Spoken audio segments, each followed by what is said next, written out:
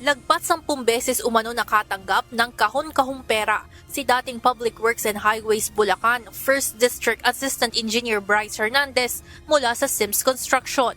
Ito ang pinatotohanan ng kanyang inaanak at liaison officer ng construction company na si Monica Ocampo Santos sa harapan ng mga maestrado ng Sandigan Bayan 4th Division na humahawak sa kasong graft ni Hernandez at mga kapwa-akusado.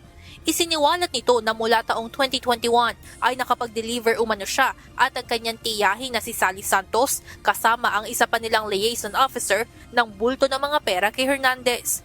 Partikular nitong idinitalye ang paghahatid ng 299 million pesos sa DPWH Bulacan 1st District Engineering Office noong May 20, 2025. Sa kanyang salaysay sa korte, sinabi nitong hinihintay niya si Sally Santos sa mismong opisina ng DPWH at kapag malapit na itong dumating, titimbrehan niya ang mga tauhan ni Hernandez upang tulungan silang magbitbit ng mga kahon papunta sa opisina nito.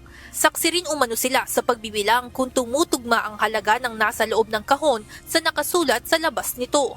Sa kabila ng kanyang mga nalalaman at partisipasyon, giit nito, hindi niya alam kung paano ito nailabas sa bangko at hindi rin siya nakinabang ng kahit magkano mula rito. Samantala, bago mag-umpisa ang graft trial, nagsagawa ng prayer rally ang mga taga-suporta ni Revilla sa labas ng Sandigan Bayan. Kaugnay ito ng inaasahang paglalabas ng Sandigan Bayan 3rd Division ng resolusyon kung papayagang makapagpiyansa ang mga akusado sa kasong malversation. Bagamat non-bailable, ipinitisyon ng mga akusado sa korte na payagan sila na pansamantalang makalaya. Una na nakapagpiyansa ang mga akusado sa kasong graft sa halagang 90,000 pesos.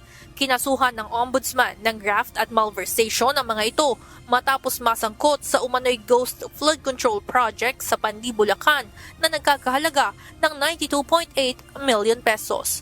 Evan Alvarez, UNTV News and Rescue. Diyos ang aming sandigan, serbisyo publiko ang aming pinahahalagahan.